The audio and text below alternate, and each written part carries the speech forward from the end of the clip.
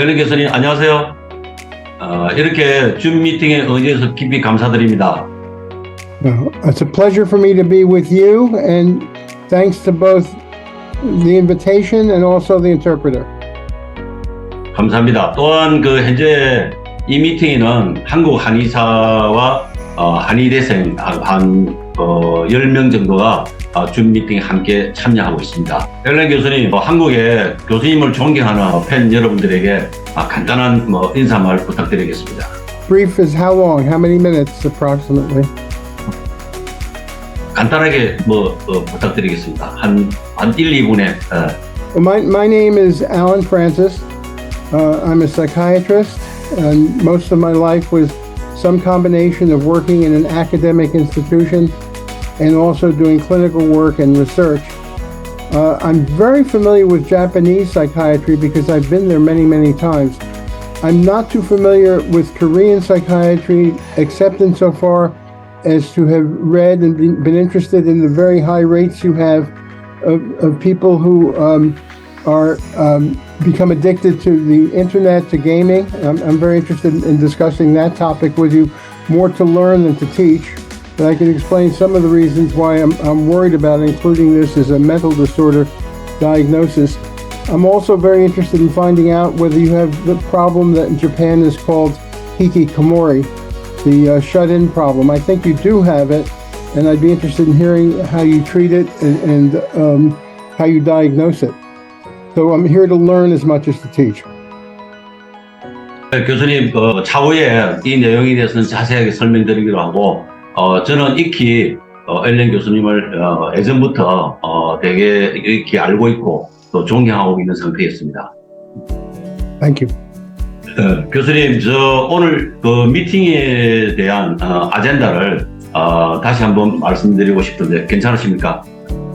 앞서 이메일로 말씀드렸다시피 오늘 줌 미팅에서는 제가 첫 번째로 정신질환 진단의 인플레이션과 그에 따른 약물 과다 처방을 논의하고, 두 번째로는 이러한 문제를 개선하기 위한 사회운동을 박사님과 함께 제가 함께 모색하고 싶고, 그다음 마지막으로 한의학을 통한 정신질환의 근원적인 치유 모델을 박사님께 소개하려고 합니다. Very interesting. 그러면 저에 대한 간략한 소개를 좀 드리겠습니다. 저는 임상 30년 동안 정신질환 전문 클리닉을 운영하고 있는 한국의 한의사입니다. 교수님께서 아마도 흥미로우시겠지만은 저는 오직 새로운 패러다임의 한약 복합 처방으로만 많은 정신과 환자분들을 치료하고 있습니다. 특히 이제 약약, 화학약물의 부작용에 시달리고 또 최소 1년 아니면 또 10년 동안 정신과 치료를 받아도 차도가 없거나 오히려 더 큰 부작용에 시달리는 환자, 또 그리고 마지막으로 교수님께서 관심을 가지고 계신 소아 청소년 정신과 환자들을 많이 만나고 있습니다. 저는 이러한 환자들에게 병이 오기 전에 그 삶으로 되돌려주는 근원적인 치료법을 적용해서 수많은 정신질환 환자들을 치유하고 있는 상황입니다. Are these combinations of herbs that are part of traditional Korean medicine, or are the herbs picked out by you and developed by you for the specific problems? 이 내용에 대해서는 차후에 자세히 설명을 드리겠지만 지금 간단히 설명을 드리자면 전통의학이 있는 책을 제가 이 시대에 맞게끔 재해석을 하고 보완을 시켜서 그 책에 맞게끔 임상에 적용하고 있습니다. 자세한 것은 다시 또 설명을 드리도록 하겠습니다. I'll be very interested to hear more about this later. 저는 약 4천여 명의 한의사 회원을 보유한 학회를 창립하였고 정신질환에 대한 다수의 논문과 책도 저술을 했습니다. 그리고 추후에 저희 정신질환 치료 매뉴얼인 솔루션을 미국에 확산할 계획도 가지고 있습니다. 그럼 교수님, 제가 이 미팅을 제안하게 된 동기를 말씀드리겠습니다. 교수님의 저서 이 세이빙 노르말 책을 읽고서 깊은 공감과 존경을 표합니다. 먼저 정신과 의사로서 정신질환 내부에 대한 다양한 문제점들을 이렇게 지적하신 그 용기에 경의를 표합니다. 경의를 표함과 동시에 저는 교수님과 함께 정신질환을 구제하고 또 정신질환 치유의 새로운 길을 제시하고, 그리고 정신의학의 그 완성을 도모하기 위한 상호 협업을 위해 이번 미팅을 제안하게 되었습니다. 그 교수님께서 아까 그 궁금해 하셨는데 한국 정신질환의 현 상황에 대한 간략한 소개를 드리도록 하겠습니다. 괜찮겠습니까? Very much eager to hear.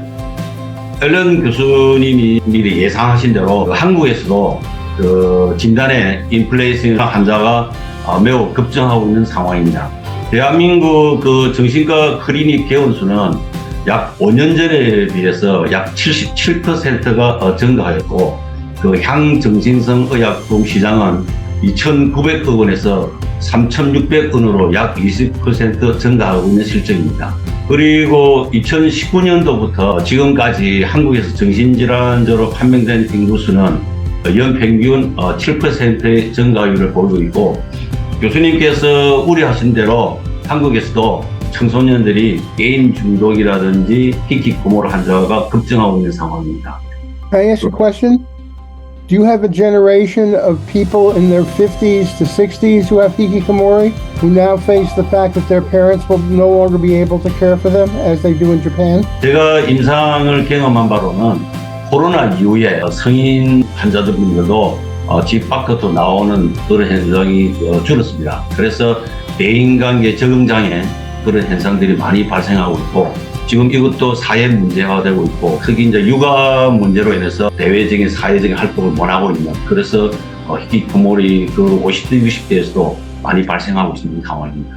그리고 교수님 그 진단의 인플레이션으로 많은 증상인도 정신질환 환자로 전락하고 있는 상황이고 이런 새로운 병명이 많이 생기면서 체크리스트에 걸리면은 약 10분 안에 정신질환자로 판명이 되면서 진료를 받는 즉시 정신과의 화학약물을 복용하기 시작하는 게 한국의 현재 상황입니다. Can I ask a question? What's the average in Japan? The average number of minutes a psychiatrist spends with a patient is only about 10 minutes. Is it similar in Korea, where the visits are very, very brief, and where the psychiatrist sees many, many patients every day? 한국 정신과 의사분들은 제가 알기로는 7분에서 10분 정도의 진료 시간밖에 소요되지 않습니다. The less time doctors have to spend with each patient, the less well they know the patient, the more likely they are to overdiagnose and overmedicate. 충분히 공감합니다. 그래서 저는 한 명의 환자를 보는 데서 질병의 원인을 찾기 위해서 약 1시간 정도 그 환자의 삶의 그 역사를 추적하고 있습니다. 그리고 이 자세한 내용을 설명을 드리도록 하겠습니다. 교수님께서 많이 우려하시던 화학약물의 그 주의를 많이 기울여야 할 그 청소년들에게도 한국에서는 향정신성 의약품이 매우 남용하고 있습니다. 주의력 결핍증, 학습장애, 분노조절장애, 적응장애 등등 병명이 남발하고 있고 이를 치료한다는 향정신성 의약품이 남용되고 있는 그런 실정입니다.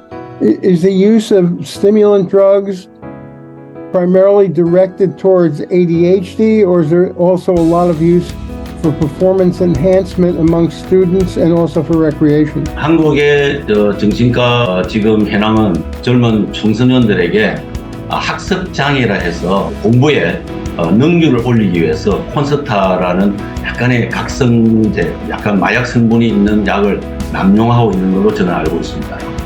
In America, 30% of college students use Adderall, not for ADHD, but to stay up all night to study and to help them concentrate. And often they buy the medicine illegally in the secondary market, that people go to doctors, get medication, and then sell it to others. 좀 더 그 부연 설명을 드리자면은 학생들이 수업에 집중하지 못하고 산만한 상황이 맞습니다. 그래서 그 산만한 상황을 교사가 학부모에게 전달해서 산만하다. 그래서 주의력 결핍증 ADHD로 판명을 하면은 한국의 부모님은 병원에 가서 처방을 받아서 자기 그 자녀에게 투여하고 있는 이런 실정입니다. This is worth me saying for a couple of minutes. There have been about 10 different studies in different countries with millions of students. And the most powerful finding is that the best predictor of getting a diagnosis of ADHD is the birth date of the student. The youngest student in the class, especially boys, are almost twice as likely to get the diagnosis of ADHD as the oldest. The only way of understanding this is that we've turned immaturity into a mental disorder diagnosis. That the youngest kids in the class are the most immature and most likely to be disruptive, and teachers will identify them as the problem and turn what's essentially an educational problem into a mental disorder and turn immaturity into a disease. These studies are powerful proof that ADHD is being overdiagnosed. Immaturity with a medicine.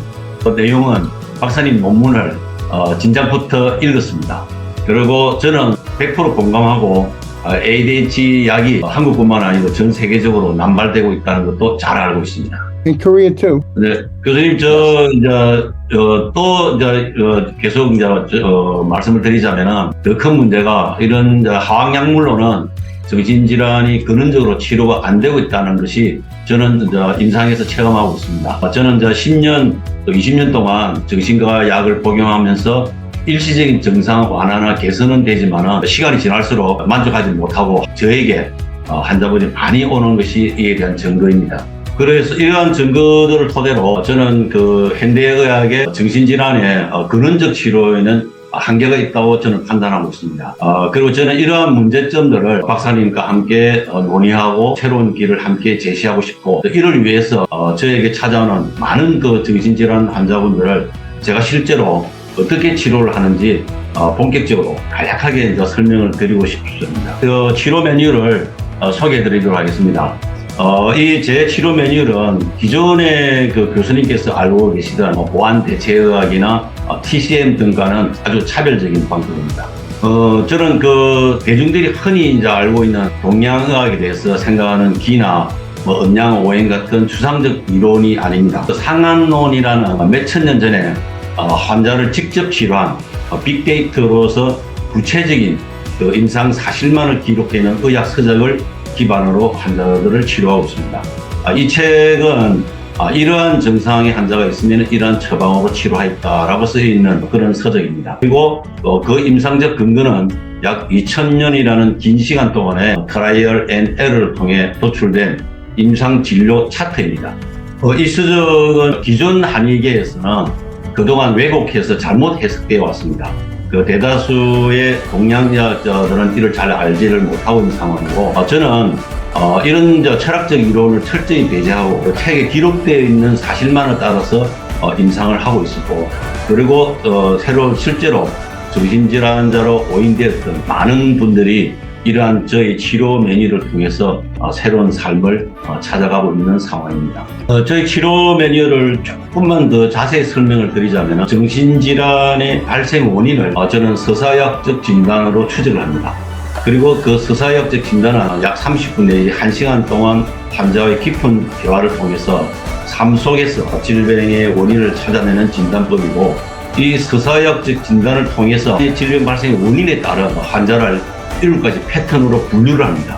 그리고 그 주소증을 야기한 인체 내 병리적 현상을 추적해서 상한론 책에 기재된 처방을 투여합니다. 이렇게 도출된 한약 복합 처방은 질병의 원인을 근원적으로 치료하게 되는 이 사실입니다. 이러한 그 한약 복합 처방은 뇌를 포함한 인체에서 비정상적인 생화학적 물질을 정상적인 상태로 만들어서 치료한다고 저는 추정하고 있습니다. 다시 말해서 뇌의 부족한 신경전달 물질의 외부의 직접적인 투여가 아닌 인체의 자연 치유력을 정상화시켜서 정신질환을 근원적으로 치료하는 방식입니다.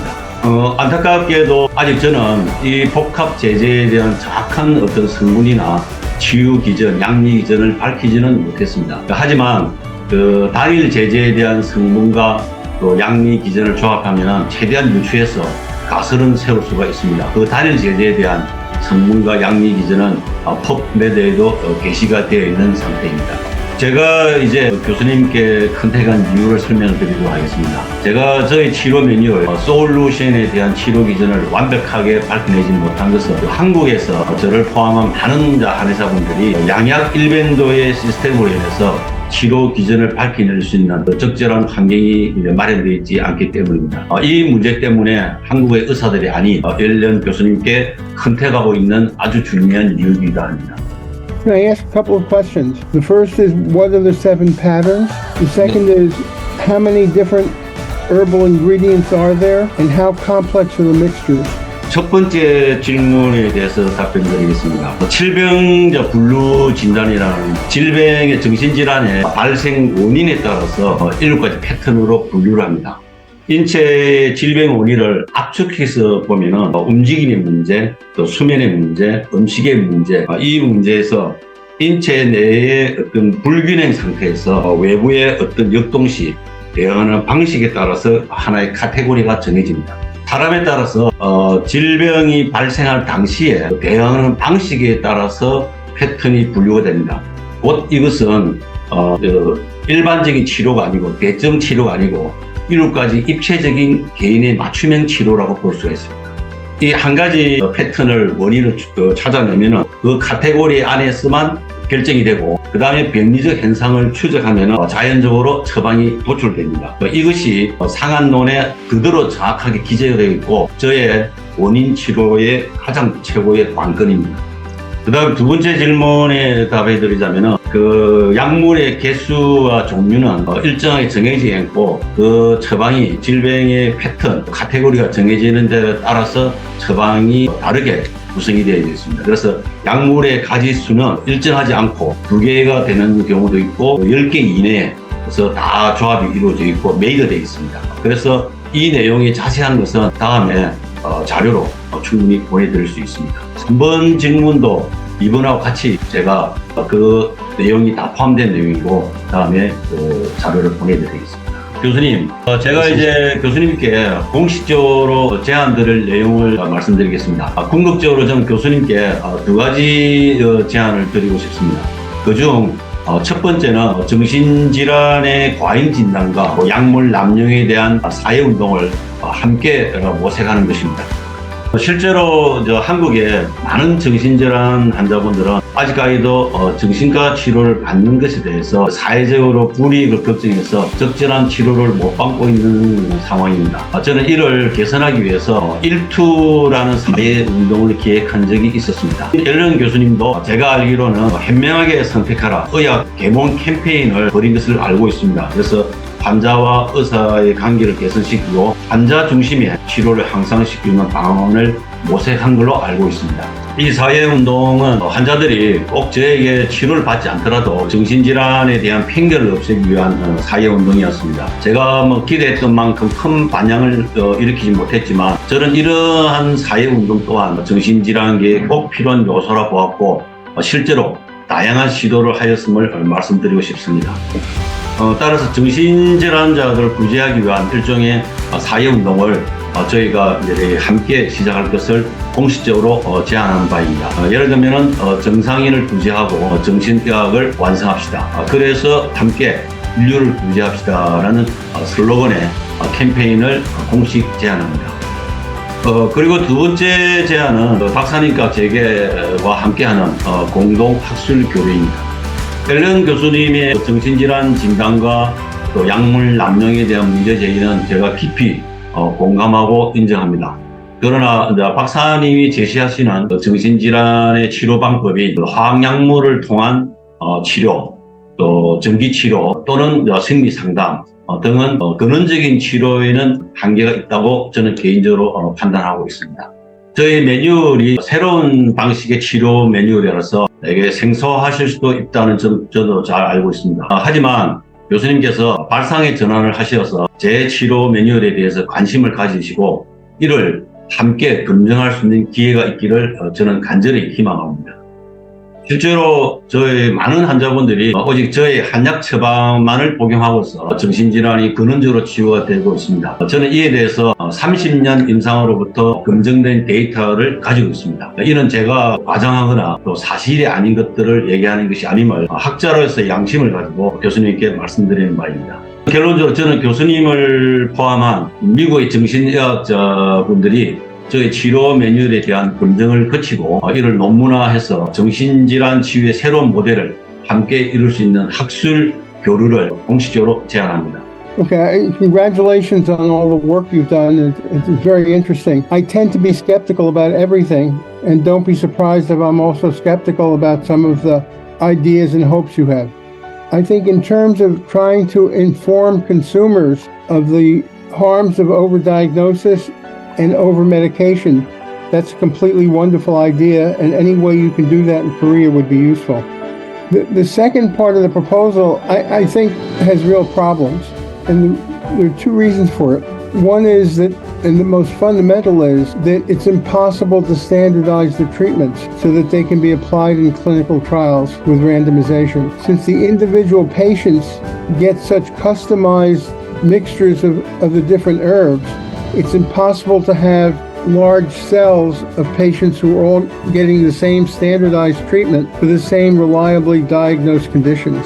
I think the two problems in ever validating this would be getting reliability in the diagnosis and the impossibility of doing standardized treatments when there are so many different mixtures included geared to each patient. 제가 그러면 답변을 드리겠습니다. 저희 이제 임상에서 업적이 많은 의심이 가리라고 저는 충분히 인정합니다. 지금 이제 줌 미팅으로서 충분히 그 내용을 전달할 수는 없습니다.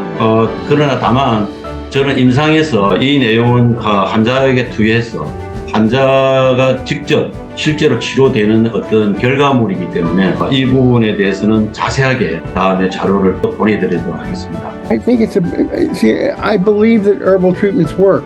And the only way you could determine the degree to which it's placebo effect versus active effect of the herbal medicine would be in double-blind clinical trials with randomization. But you can't really, the problem when we tried doing this in the States was you can't do double-blind randomized studies because the herbal mixtures are so complex.